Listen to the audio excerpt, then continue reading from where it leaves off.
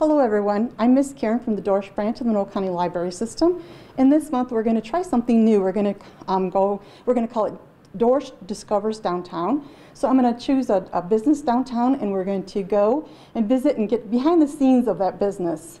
So this week, or this month I should say, we're going to Jack's Bicycle Shop, and just a little history on it. So Scott Gusher is the owner of the business, but his grandfather started the business in 1936, and he opened it in Dearborn and then expanded and had one here in Monroe. So Scott operates the one here in Monroe, and his brother Brian works the one in Dearborn. So we're going to take a walk and talk to Scott and let him tell us a little bit about the business and things about the bicycles. So come on.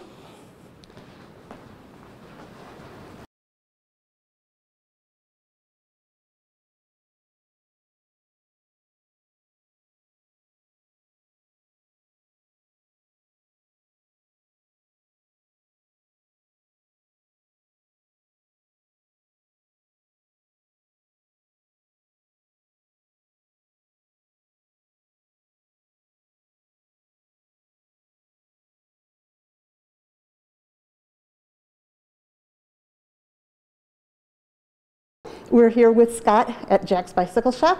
And so, Scott, can you just tell us a little bit about what we should look for in a bicycle and everything? Yeah, it really comes down to coming in and asking us, how you're going to ride the bike, and then we'll help you pick the category. There's a lot of different categories in the bike industry, so we want to make sure that we customize and fit the bike to you.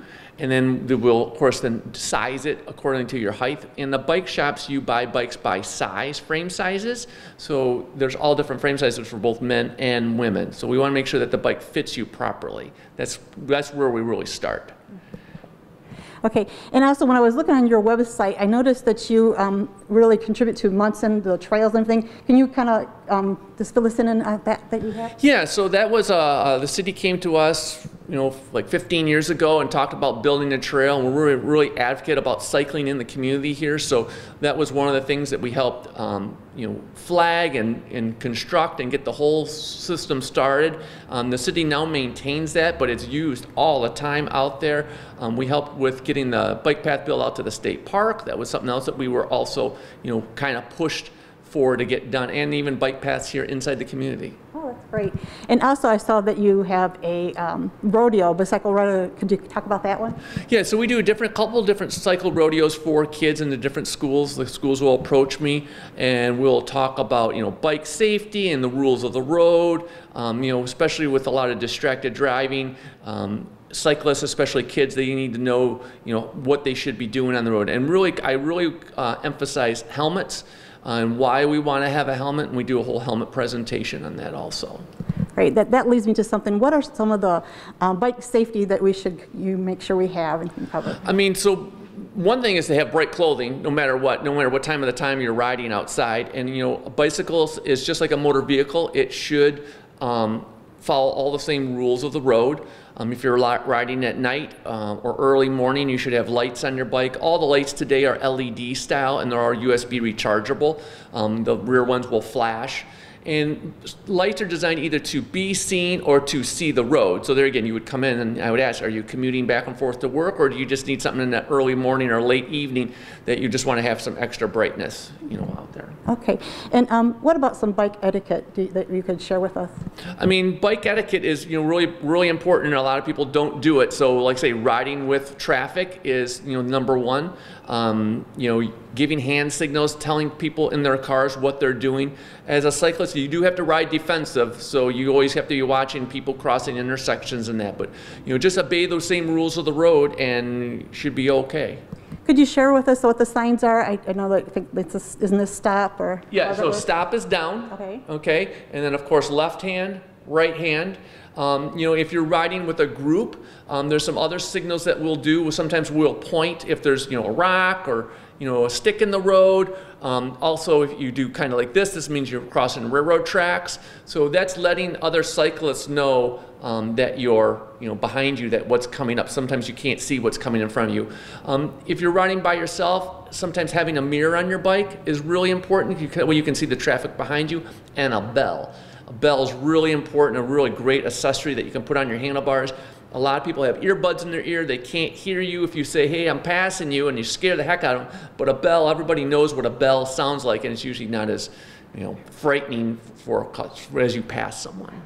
Okay, would you mind sharing us with some of the bikes that you have and some accessories that you have here? Yeah, we can do that, sure. All right, so what are some accessories that you offer here? So some of the accessories like we just talked about is, your bells here that you can have, different bells, and then again, that's the thing. And then also our mirrors. Mirrors go traditionally inside the handlebar. So, there again, it's really visible. And then again, it depends on the bike. We'll find the mirror that fits your bike really, really what works well for your bike. Some other things that you would want to have on your bike is traditionally it's having a water bottle cage, and what that does is you put water in there. You should drink it like 1 full-size water bottle per hour on a day like today. It was like 80 degrees almost outside. Hydration is a really big thing, getting that fluid into you, make your bike ride a lot more pleasurable. Depending on the customer, some customers you'll have a bag on your bicycle, so you'll put sometimes a spare tube or your wallet or a patch kit in there. So if you're out riding, you can fix a flat on your bike. You can also have a spare pump. So there again, from all my bikes, I'll have pumps on them. That way I can fix my flat when I'm out on the road. So in my bag, I'll have a spare tube and what's called tire levers, or kind of like spoons to help pull the tires off. That's some of those essentials that you would need. And that's something when the customer comes in, we can help them with that. And then we were talking about lights a minute ago. So these here, they're designed to be seen, not really to see the road. But it's all... Now these are on the bike? These are on the bike, yep, and they will mount a couple different ways. Usually the red one is always on the back underneath the seat pole, or sometimes they attach to the bag. And then the white one will be either like on the handlebar stem or on the handlebars. So, and then helmet is probably my #1 accessory that I do promote. All the helmets today have what's called MIPS technology in it. So what that is, it's an internal skeleton inside the helmet, and that keeps the helmet from, when you do land, it helps on concussions. Also, all the helmets today have a head retention system, so you can adjust it, kind of like a hard hat would be. It really cups the back of the head and keeps it moving. Helmets only have a 5-year life expectancy, so that's something that people should really look at their helmet. If they have an old helmet and they look at it, if it's 5 years or older, it should really be disposed of. The material that the helmets are made out of continues to cure and gets hard and brittle. If you do have a head accident where you do hit your head, traditionally the foam material that the helmets are made of will absorb that impact and won't protect you anymore. So that's something that the helmet should be destroyed and buy a new one. Okay. What about just wearing anything? Just anything comfortable when you ride your bike? Is there anything? Yeah, and there again, it depends on the customer. Cycling shorts are all padded. So there again, the longer you ride, the more comfortable they be. They make both styles. They make like the spandex style that you'll see the racer guy, but they also make just a regular, like a khaki, almost like a boxer style type one with the pad in it. That really helps on chafing and uncomfortableness. All the jerseys that you wear, a bike jersey is really designed, it has pockets in the back, so there again, you can put your cell phone or food or whatever you want it. It's all designed to wick the moisture away from your skin and keeps you a lot more comfortable. And it doesn't have to be skin tight, it's all about being comfortable. All right, would you mind showing us some bikes that you have? Sure. Right. So first we're going to talk about how you buy a kid's bike. So with all kids, we're trying to get the maximum growth out of everyone. It's really best if you can bring them in, but I know sometimes we have birthdays and Christmas and stuff like that.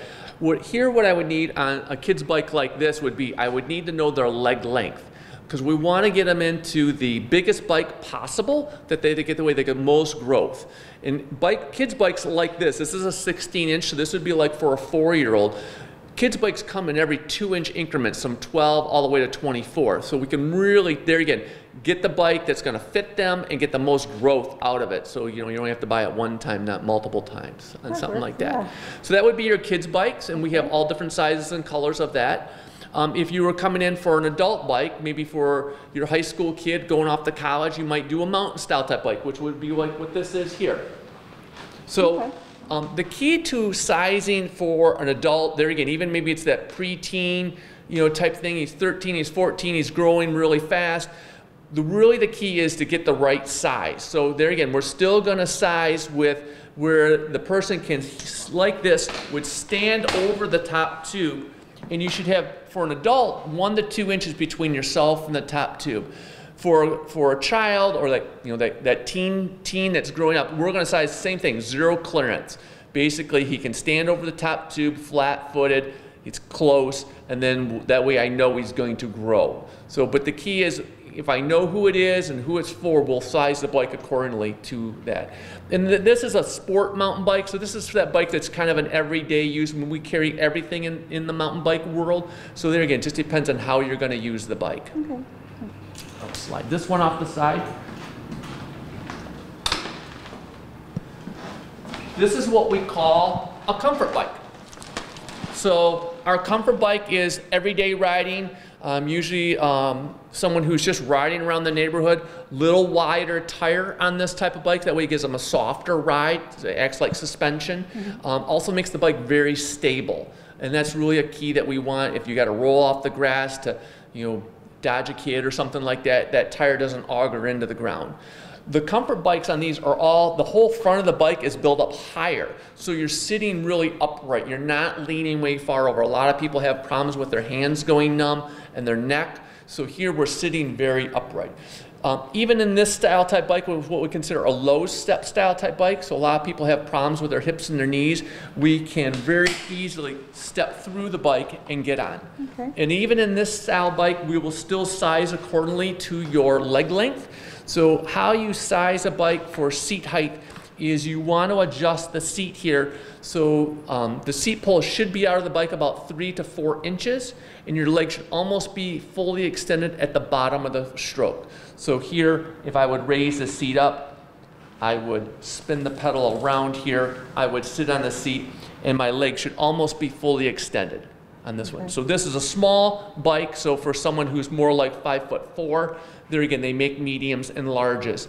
All the bikes today predominantly are done on t-shirt sizes, so small, medium, large, not the old number system that we used to use to make it simpler. Okay. Yeah.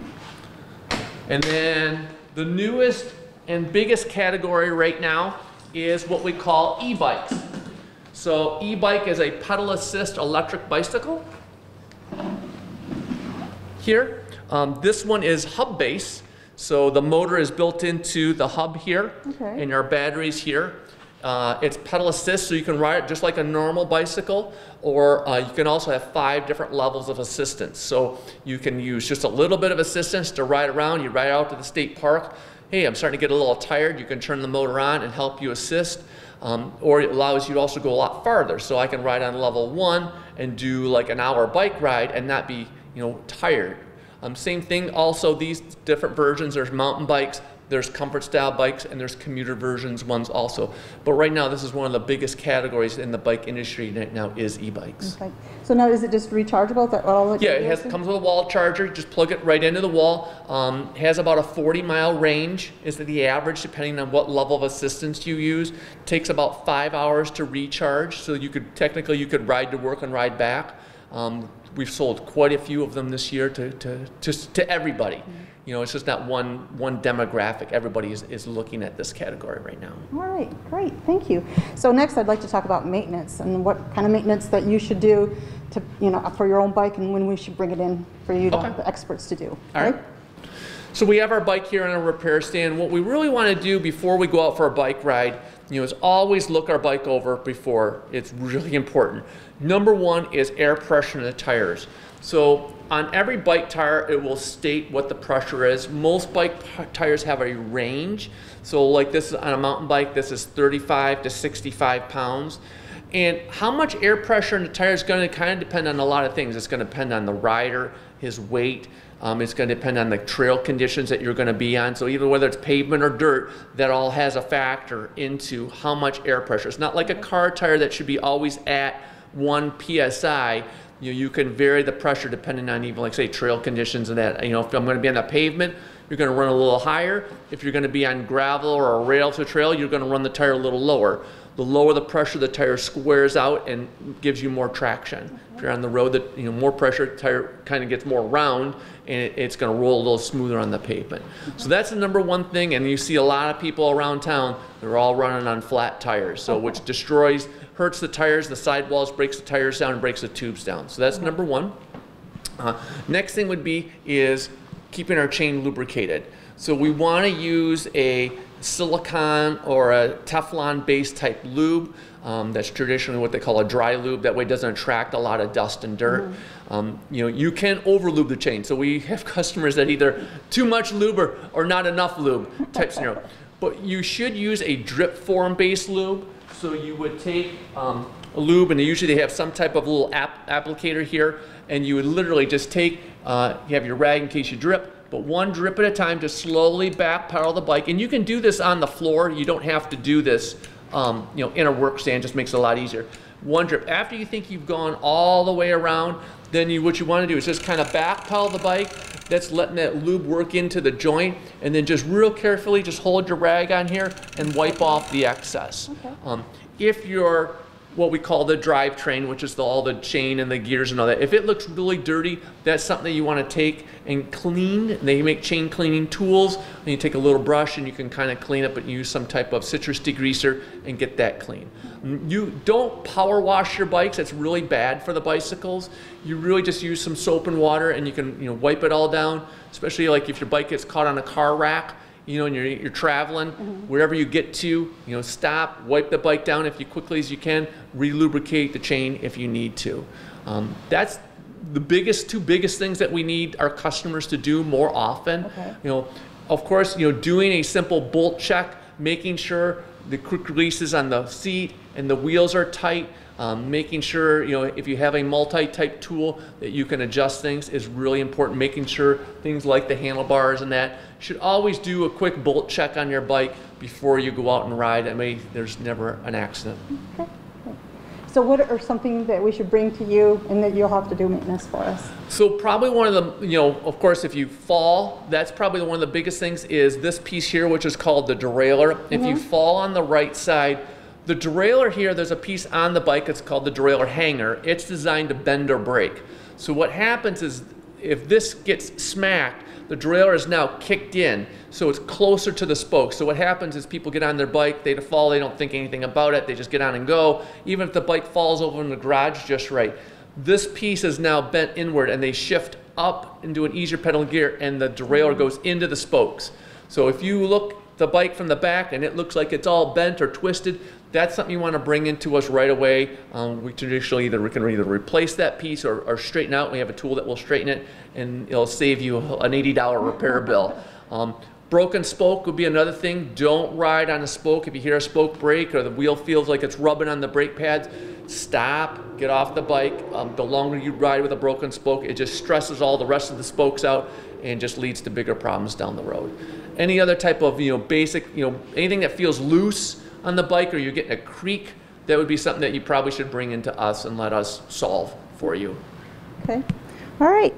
All right, Scott, is there anything else you'd like to share with us? Yeah, so a lot of people want to come in, they want to talk about trainers and exercising, in the winter months. I don't want to go outside, I don't like the cold. So you can come in and buy what's called a trainer and put your bike on it.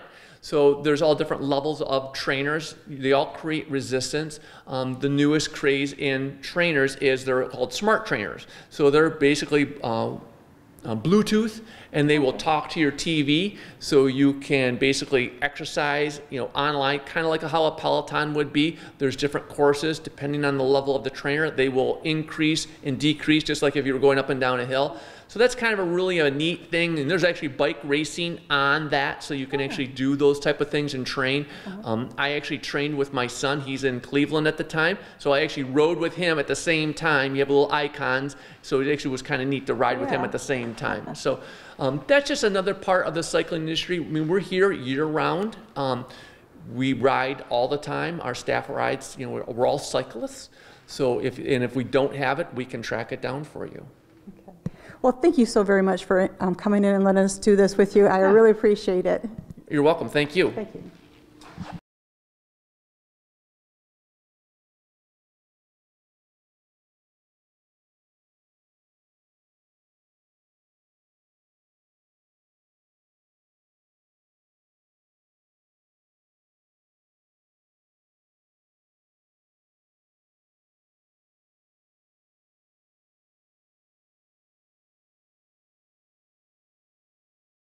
All right, and we're back, and I want to thank Scott at Jack's Bicycle Shop for letting us get a behind-the-scene tour of the business.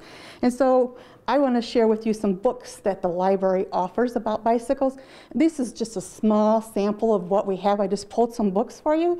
We have actually easy picture books dealing with bicycles. We have even easy nonfiction books about bicycles.